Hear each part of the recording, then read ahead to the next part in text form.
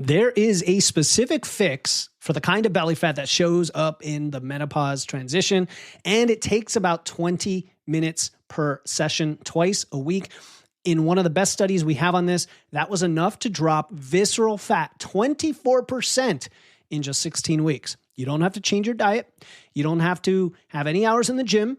Today, I'm going to walk you through what the research shows about menopause belly fat and this one form of conditioning that targets it specifically. If you're under 40 or you're a guy, this still applies. The mechanism is the same. I think you're going to enjoy this one. Stay tuned. Welcome to Wits and Weights, the show that puts a popular piece of fitness advice under the microscope, finds the hidden reason it doesn't work, and gives you the deceptively simple fix that does. I'm your host, certified nutrition coach Philip Pape, founder of the Fitness Lab app, and today I want to talk about something that I'll say surprises almost every woman that I coach who is over 40, and that is that the belly fat you get during the menopause transition. It happens to everyone. Every woman knows what menopause belly is about. There is a fix for this that is actually meaningful, that actually moves the needle. And it's not walking more. It's not just losing body fat. It's not ab-loaded training. It's not the reducing alcohol or having more sleep. All of those things are good. All of those are goodness. It is not chronic cardio. It's not a new eating protocol. It's something that takes 20 minutes per session twice a week, and it targets the specific kind of fat that gets redistributed during menopause. I'm going to pull together two pieces of evidence today for you. The first is data from Dr. Bill Campbell. He's a researcher at the University of South Florida. He is awesome. He's been on the show several times before. He runs a monthly research review. It's one of the ones I pay for called Body by Science. He actually featured me a while back, ironically in an article or an issue related to abs and ab training. And his latest issue and a recent workshop he did looked at this finding from the research, which is that menopause independently lowers your metabolism in a way that aging alone does not explain. It's menopause, it's not aging. It's very interesting because we always say, well, no, it's just the muscle mass, but there is some research suggesting there's something independent going on. The second piece of evidence is exercise research on what reduces visceral fat. That's the belly fat we're talking about when we say belly or menopause belly. And this is where a lot of women are headed off on the wrong direction because oftentimes the advice of you just got to lose body fat, you just have to move more, you just have to lift weights, which again are all great things, it doesn't target this specific problem. So we're going to talk about that today. And then stick around to the end because I'm going to give you a single question test that tells you whether you're doing this protocol correctly. Okay, so we want to do this right once you know what it is. Here's what we're going to cover. I'm going to walk you through why the metabolism drop in menopause is a real independent factor and what the best study ever done on this looked at. I'm going to show you why visceral fat is specifically what is driving my belly fat has gone up even though nothing changed experience. And then I'm going to give you the 20-minute protocol that I use with my clients and with myself, along with who should start doing something else first before they do this. Okay, so let's talk about the experience of women that I hear. Obviously, I'm not a woman. There's a lot of things I don't experience, including what men experience. So I have to listen. I have to empathize. I have to hear your experiences. And our women over 40, which is roughly 70 to 80% of our clients and our members of Eat More, Lift Heavy are going along, eating about the same as you always have, training about the same, and suddenly there is belly fat that wasn't there before, right? Your clothes just fit differently. The scale might not even be that different. If you go listen to our last solo episode all about 3 metrics before summer, if you're trying to lose fat, we talk about the scale weight there. Your scale weight may not be different, but your body distribution has changed. And it feels like everything that you've used in the past to help with this are not working. Even dieting, even exercise, even moving. And so the intuitive response, though, is to try those things again. You're going to eat a little less, move a little more, add some cardio. I appreciate the intuition, right? When something has worked in the past, we feel like it should work again. And energy balance still matters. It's physics at the most basic level. But what the research shows that's happening explains a bit why those don't always produce the same results in this window. Let's talk about that. Dr. Bill Campbell, love the guy. Okay. He's just such a great science communicator and educator. And in his March 2026 research review, and then he did a workshop for coaches, he looked at a study. The study he broke down followed 158 women for 4 years. All of them started pre-menopausal. All of them were at least 43 when they entered the study. And a subset of 34 women spent 24 hours inside a metabolic chamber at the beginning of the study and 24 hours inside the same one 4 years later. And that's kind of a gold standard for measuring metabolism, as best we can, so we can measure the actual calories burned.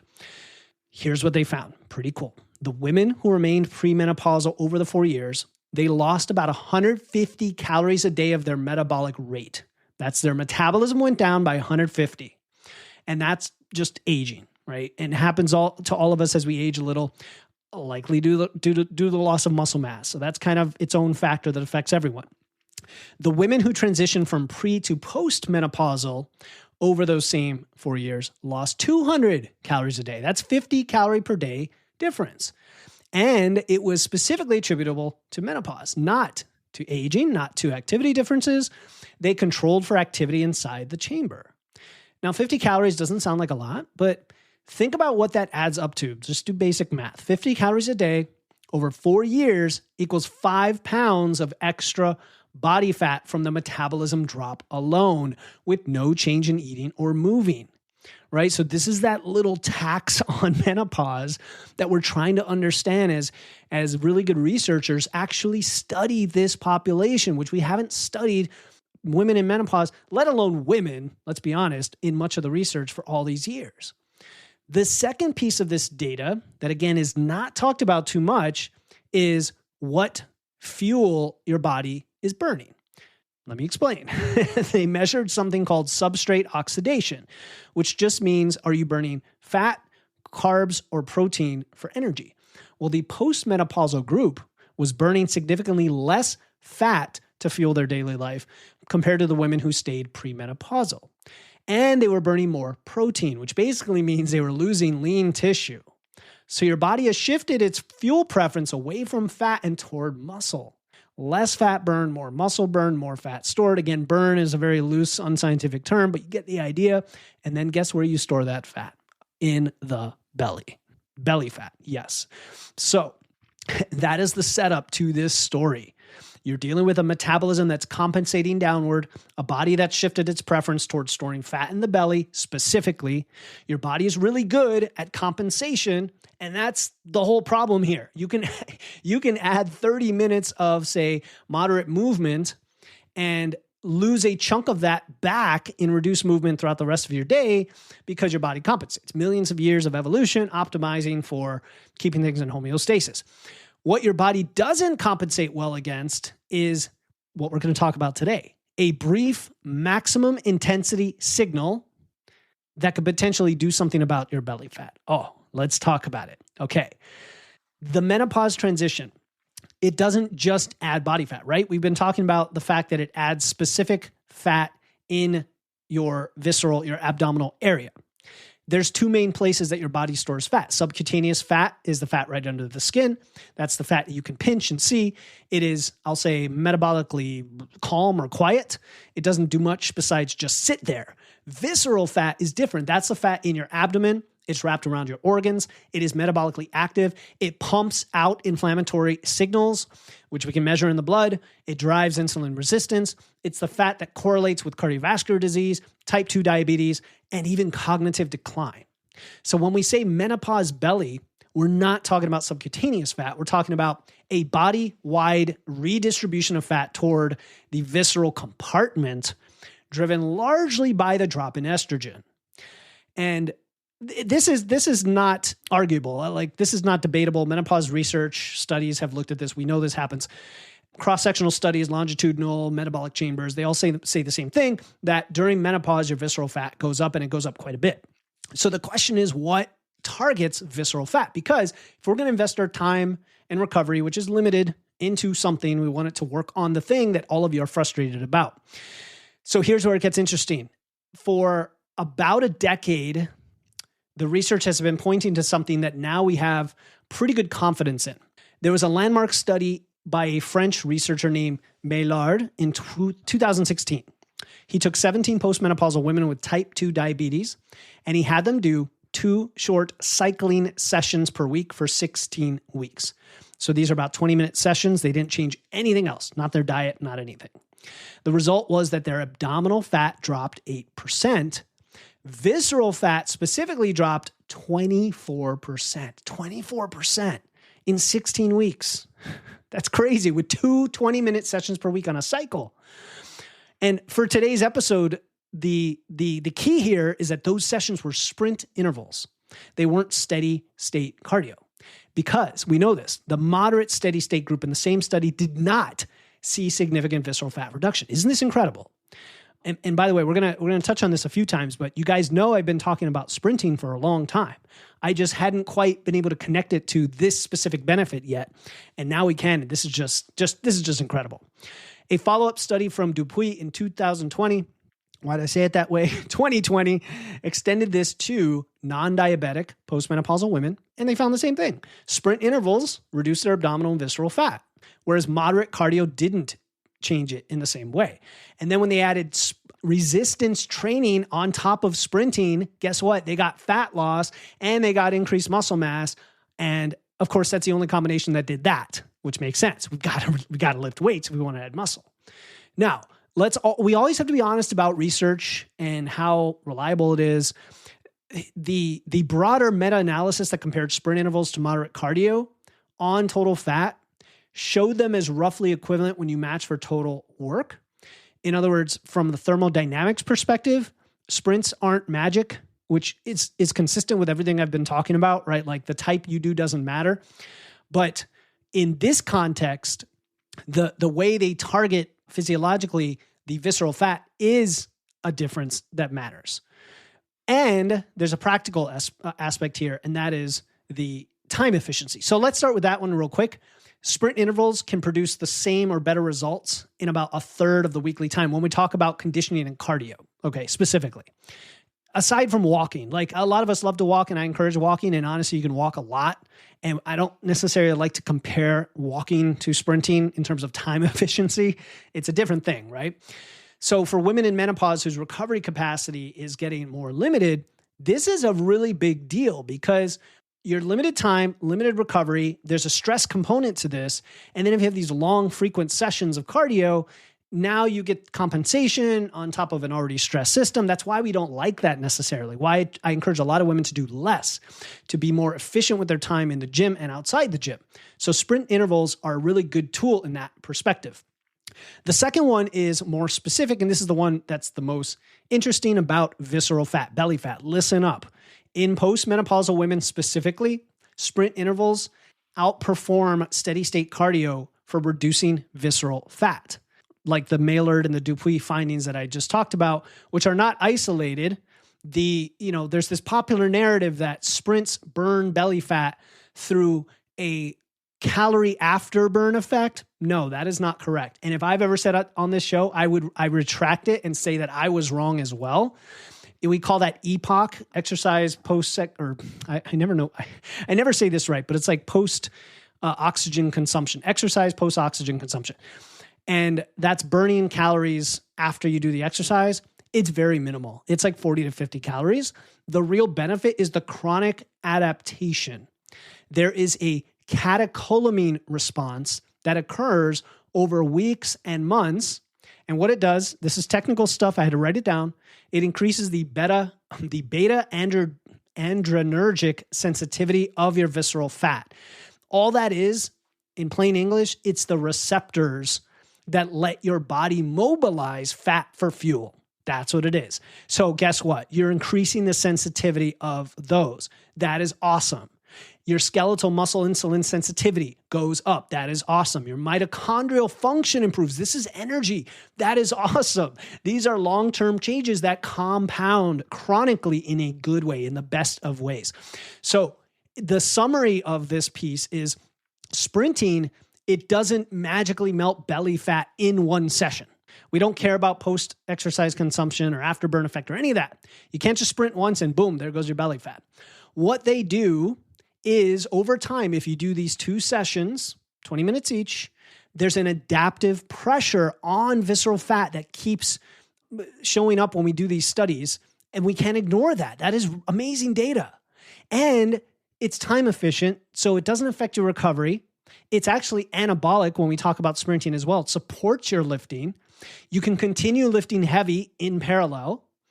This is just an incredible combination of things that you can go after as you develop your training and movement routine. Just so good, so good. Okay, now before I walk you through the exact protocol, I do have something that's going to make things a lot easier for you. I do have a written guide called Sprinting for Fat Loss that I try to keep updated with some of this research. In this case, it has the sprinting protocol that I recommend. It's about 6 pages long, and it has the protocol I'm going to describe now. It has the equipment options in terms of what you should start with, the warm-up, a little bit of a weekly template so you can fit it around your lifting, and even how to track progress. All in a PDF, all free. I'm giving it to you for free. The only thing I need you to do is join my email list so I can send it to you. So go to witsandweights.com/email. That's witsandweights.com/email. Then once you're on the list, just reply to the welcome email and ask for the sprinting guide. If you're already on my list, just reply to any email you get and ask for the sprinting guide. I'll send it right over. And that is it, okay? witsandweights.com/email. Join the list, ask for the sprinting guide. Done. I don't have a special link. Sorry. You're going to have to do it that way. witsandweights.com/email. So let's talk about that protocol. All right. The protocol I use with clients and myself, I pull it directly from Brad Kearns, who runs the B-Rad podcast. He was on the show back, I think in episode 286. He introduced me to this structure. I've used it ever since. It is awesome. Okay. It's simple. 4 to 8 sets of all out sprints. Each sprint is 10 to 20 seconds. Never go past 20 seconds. Never go past 8 sets. Importantly, the rest time is 6 times the sprint time. So if you sprint 10 seconds, you rest 60 seconds. If you sprint 20 seconds, you're going to rest 2 minutes. Make sense? And that's it. Now you can rest longer, but don't rest shorter. So 1 to 2 sessions per week, 4 to 8 sets of all out sprints for 10 to 20 seconds with 6 to 1 rest to sprint. If that's confusing, get the guide. It's all written down for you. So if you do the 2 sessions, then one of them, in my recommendation, should be only one of them should be flat ground sprinting with good minimalist footwear. The other one should be on a low impact machine like a cycle, a rower, a stair climber. You can do them both on the machine. That's fine. But don't do both as flat ground sprinting until you get adapted to it and you feel like it's appropriate and you can handle that. The progression rule is the most important thing in this protocol, okay? Because just like progressive overload with your lifting, you want to progress with your sprinting.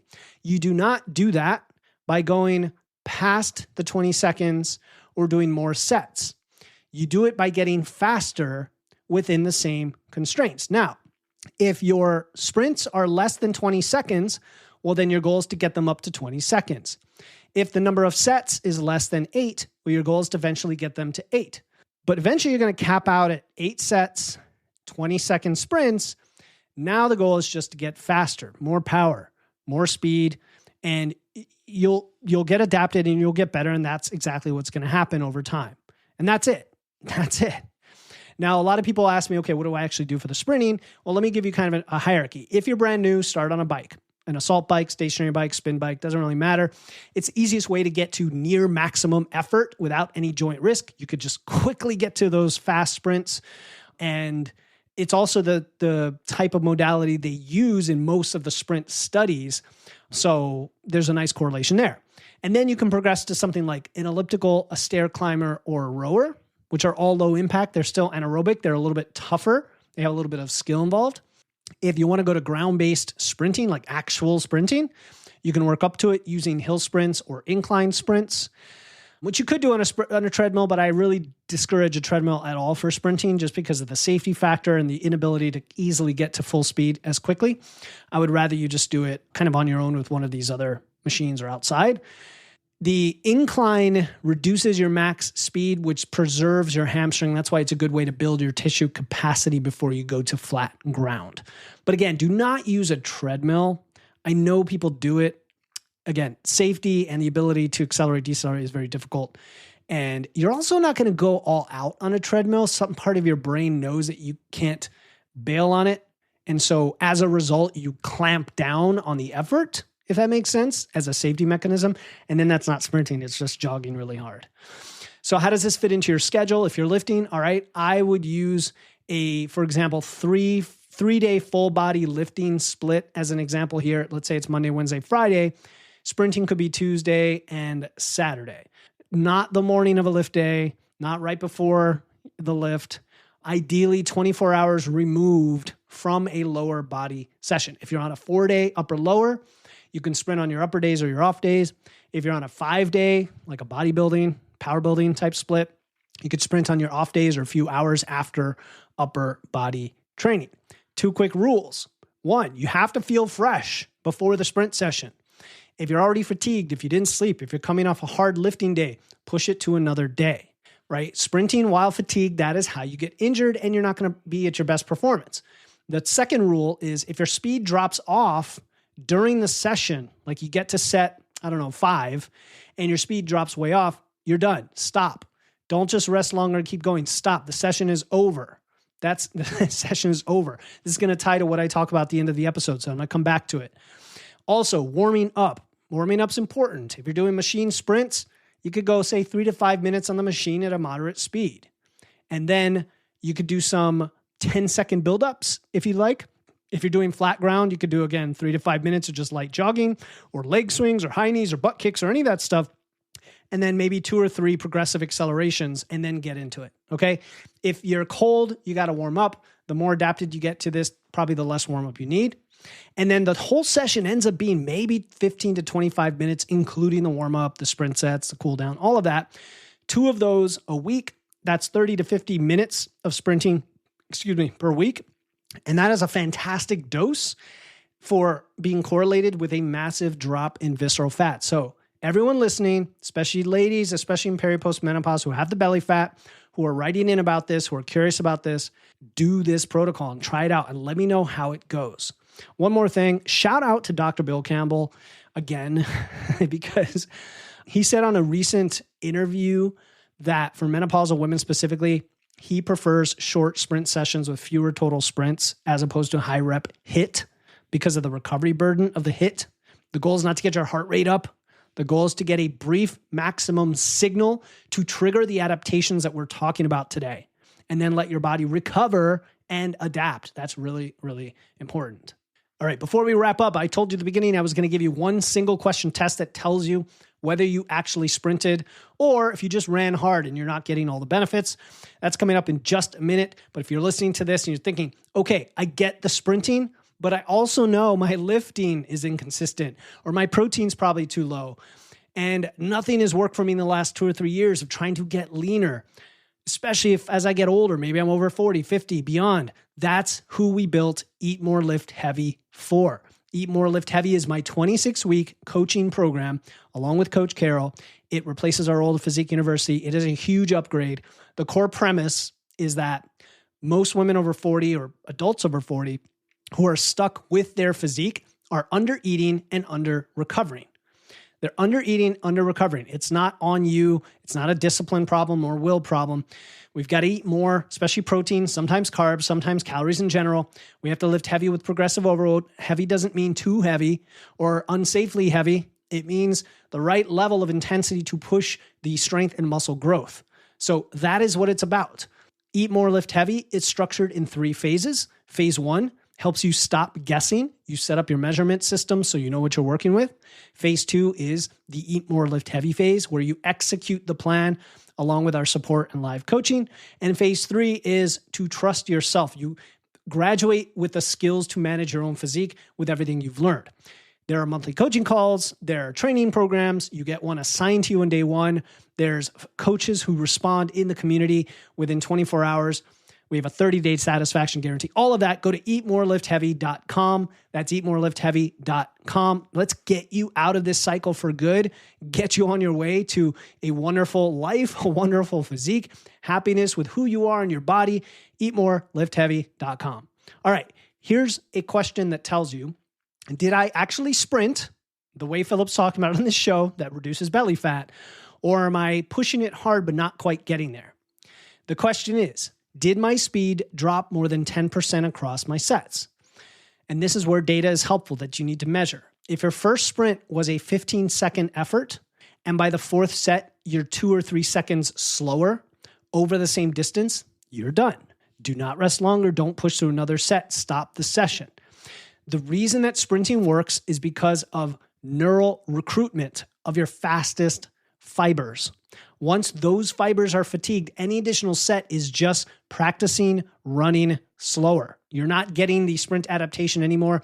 You're actually piling up fatigue. It's kind of like junk volume of running for no benefit. So the test is simple here. You need to time your sets, track your sets. If your top speed is holding, keep going. If it drops more than 10%, the session is over. Go home. You're done for the day. You need to adapt to get a little faster and stronger so you can go further next time. That's cool. That tells you where you are. And that's the difference between training and working out, just like when you lift weights. All right, until next time, keep using your wits, lifting those weights. And remember, Menopause Belly does have a targeted fix, and it's more in your control than you think. I'm Philip Pape, and I'll talk to you next time here on the Wits and Weights podcast.